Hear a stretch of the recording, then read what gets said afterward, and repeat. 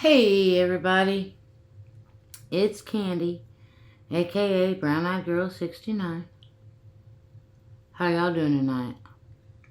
Well, I've seen a lot of things today and been doing a lot of things today and figured I'd make some comments on some things. But it's mainly going to be more of a story time. And more than likely, I don't know, but more than likely I'll go pretty long with this one. But then again, maybe not.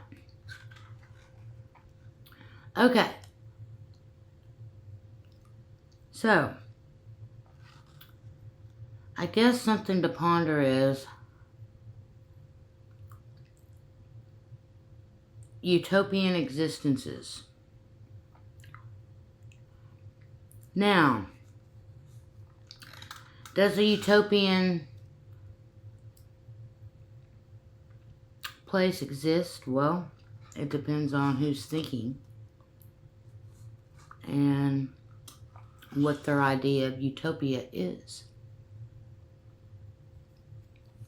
And I'll tell you why. Back when Daryl and I first went homeless, we were in Denver, Colorado. We left Denver and went down to Las Vegas. Then we went to Tucson, Arizona. In Tucson, Arizona, we were taken off the streets because Daryl played guitar. That's what he did. And we met a drummer that had a band who needed a lead guitarist. And Daryl became his lead guitarist. And then this guy also had an apartment, a one-bedroom apartment, that he let me and Daryl stay in rent-free. The whole entire time, I'm looking for a job, a real job, a paycheck. Nothing ever came to fruition. Then it came time for this guy's daughter to get out of her juvenile detention. She was turning 18. So we had to leave. So we left in December of 2013 and decided to try to make it back to Oklahoma so we could visit our daughter for the holidays.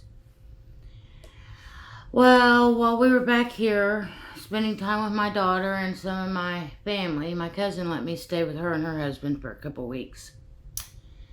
They kept us up and helped us to where we needed to go. So it was a much, much needed blessing.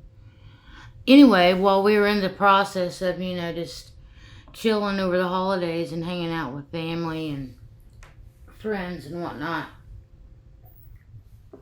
I also spent a lot of time on computer looking for places that Daryl and I could possibly go. We were putting out our resumes and applications everywhere we could possibly think of. And Daryl got a hit in San Antonio, Texas at a music store. And so that's why we went to San Antonio, Texas. The job didn't crack up to be everything that they made it to be. And thus, Daryl and I was homeless. Once again. Living in a shelter.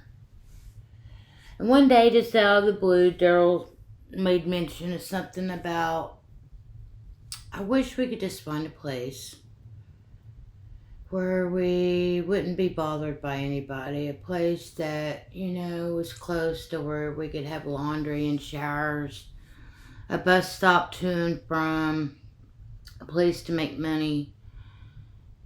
And all these things were the things that we truly needed. We did need a place to stay where we weren't going to get harassed.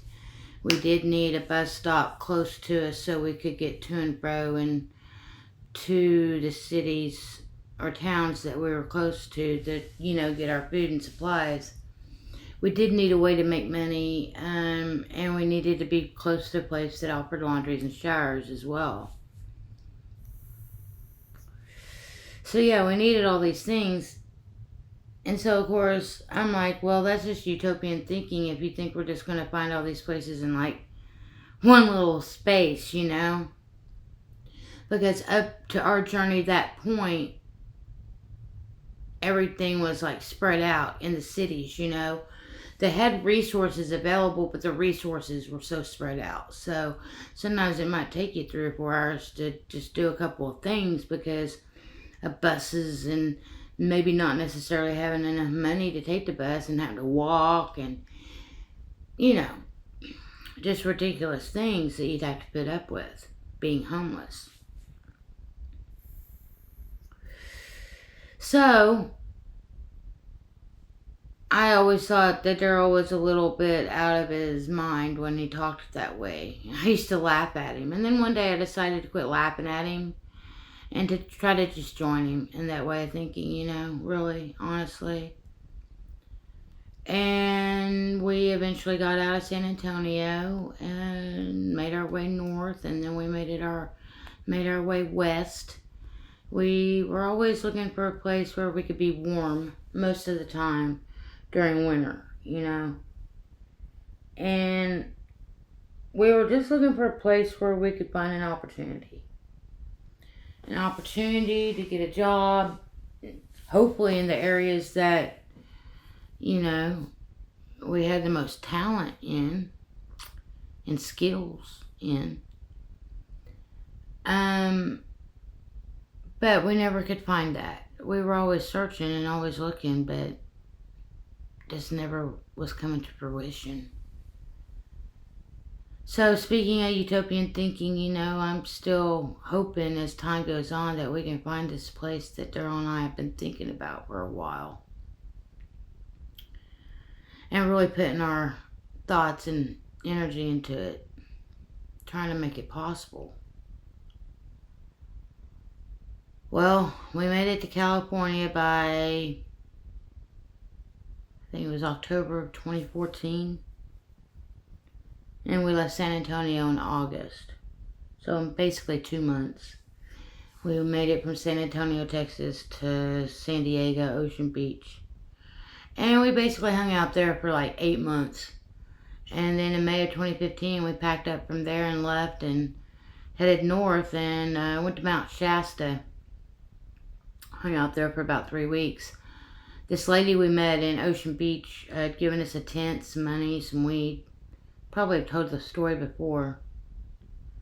The point is, we made it to Ashland, Oregon, and it didn't take long for us to figure out, once we got our camp set up, that we truly had everything that we had wished for. We were able to set up our tent along a little creek. The cops never came and bothered us. Right off of the trail was a bus stop that went to one town. And then across the street from that bus stop was another bus stop that went to the other town. And right behind that bus stop that was across the street was a place called Jackson Wellsprings, and they had a sauna, basically. They had a hot tub, an Olympic-sized pool, a dry sauna, a wet sauna, locker rooms, showers, all natural fed by the spring, lithium springs. They had like a tea room.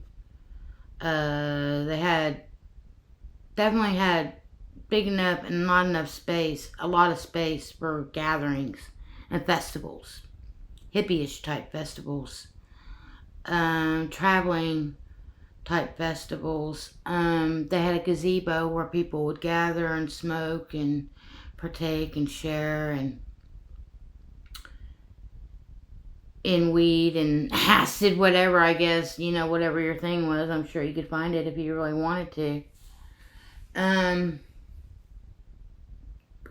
But they had a laundry facility as well, so we could do laundry.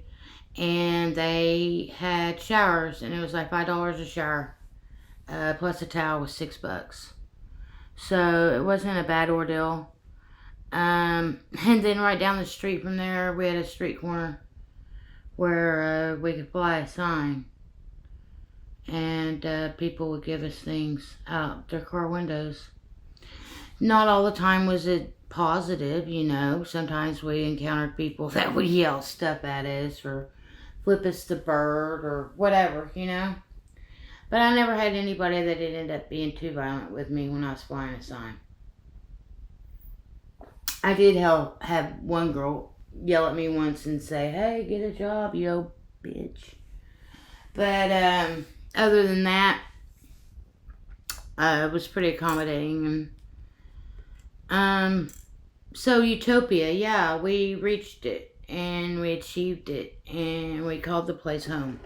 And we stopped. We decided to not go any further from there because we basically had achieved what we were looking for, you know, and what we'd set our heart's desire on a year to a year and a half prior. Or at least where Daryl's heart started, you know. And that's where Daryl ended, you know. As far as a utopian place that exists where all humanity can exist freely in this utopian type of space here on Earth, I don't know. I think it would take a lot of collective minds to bring that about. A lot of minds focusing their heart and energy on that type of place. And not everybody's going to have that specific same type of place that they would consider utopia, you know? I don't know. I think if we think long and hard enough about it in our heart and we put out the energy and the effort, it will make itself known to us when the time is right. And not until then. It has to be kind of one of those things when you least expect it, sort of thing. And Daryl and I had a lot of those least expected type of moments in our journey along the way that got us to where we were. And as I sit here today and I look back on a lot of my experiences to where I am today, I was in a live stream earlier and somebody was talking about, you know, freedom and taxes and things of that nature. And basically I said that I felt like I was freer living in a tent in Southern Oregon than I am now living in this apartment with all the luxuries that I have. And yes, I do call them luxuries because they are luxuries. We have needs, you know, we all have basic needs of needing water, shelter, etc., food every day, clothing, etc., a way to stay warm in the winter and a way to, you know, cool off during the summer. But most of these places that we pay for are over-exaggerated in amenities and things of that nature. Me, I live in a basic space. I don't have any extras, really.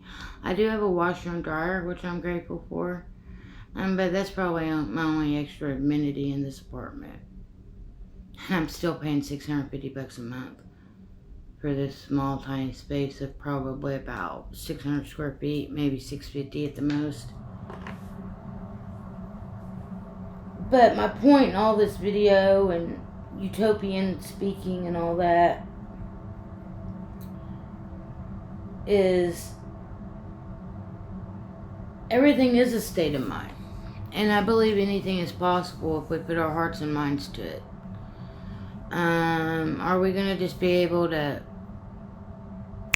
snap our fingers and it appear instantly? No, everything takes work, everything takes time. Everything has its own process, you know. But I truly believe we do have the mental capacity to bring about a reality that we have in our mind. It might not necessarily be exactly how we think it, but it will be close to it. Enough to get us to see what we need to see. I look back on all my experiences as life lessons, and I try to look back and evaluate what I was being shown at that time if I haven't already figured out what I was being shown at that time. most everything that I've done in my past and lived in my past, and that I've looked at in my past, I already know why it happened and why it occurred. So now, I just try to focus on my here, the now, the moment. I was just blessed with a brand new grandson, and no circumcision was brought upon this boy of mine at all, due to the fact that I was educated enough in the subject matter to educate my daughter and son-in-law to not have it performed on him. I might not have a lot of money, but I do have a roof that I pay for myself. I do have food in my refrigerator and cabinets. I do have clothing on my back, and I do have a few extras here and there, you know, of my likes and wants and needs. So I'm not ungrateful for where I am in life, because I've come pretty far, I would say, from where I've been in many instances. 2024 to me is going to be all about me. The one thing I've learned in 2023, and I can say this for a fact without beyond a shadow of a doubt, that you can sit here and say all you want. You can sit here and say that you want to change. You can sit here and say you want to do this, do that, become this, become that. But until you actually put the effort and energy into that, nothing is going to change. Just like me, an example, I'm overweight. I know I'm overweight. Yeah, would I like to get in better shape? You know I do. I do want to get in better shape. I'd like to shed these last few 50, 60 pounds and get down to the goal weight that I had set for myself a long time ago.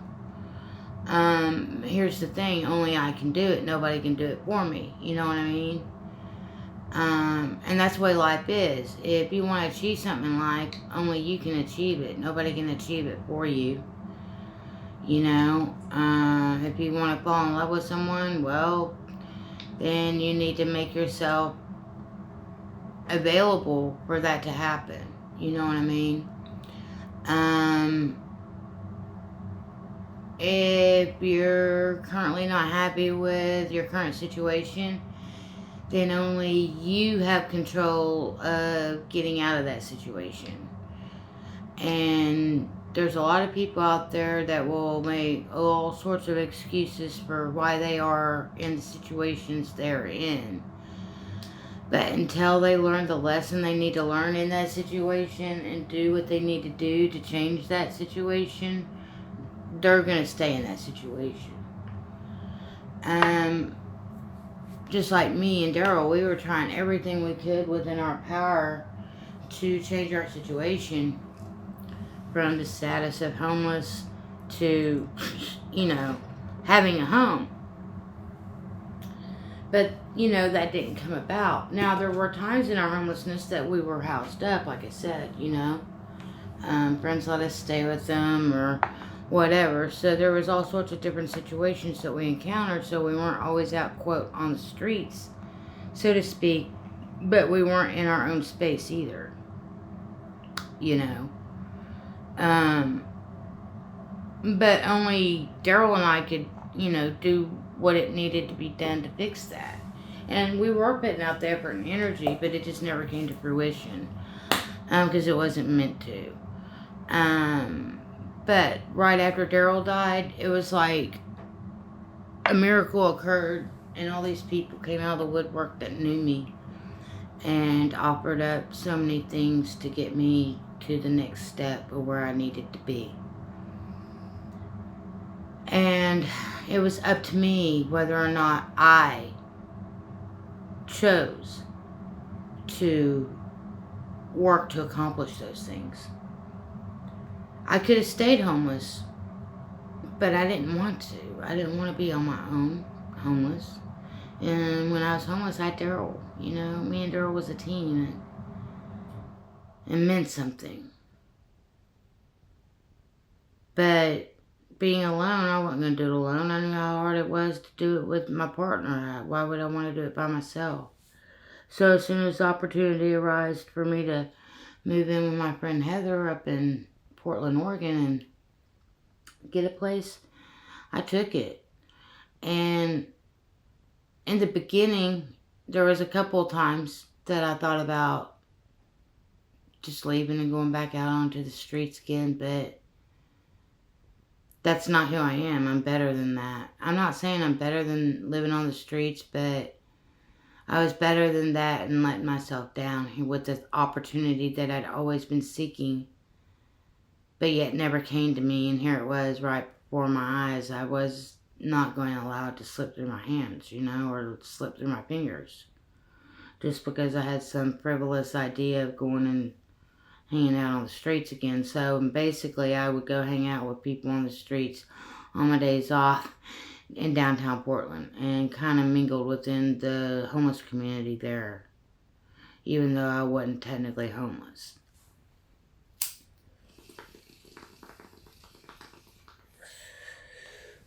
But yes, Utopia. It's anything and anywhere you want it to be.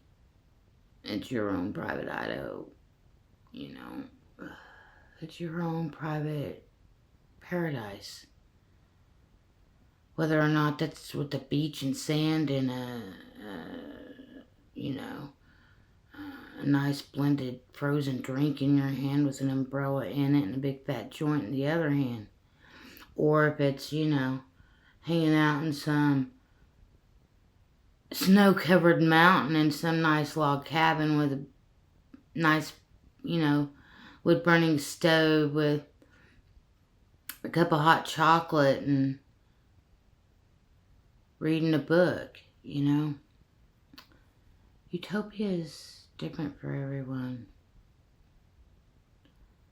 So, all I can say is, if Utopia is what you're searching for, I hope you find it.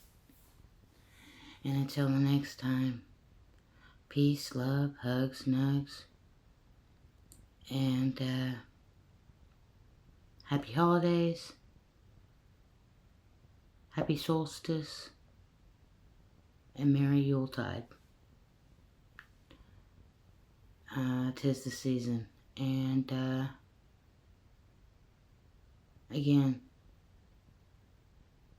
it's all what we perceive it to be. So many blessings to all, and to all a good night.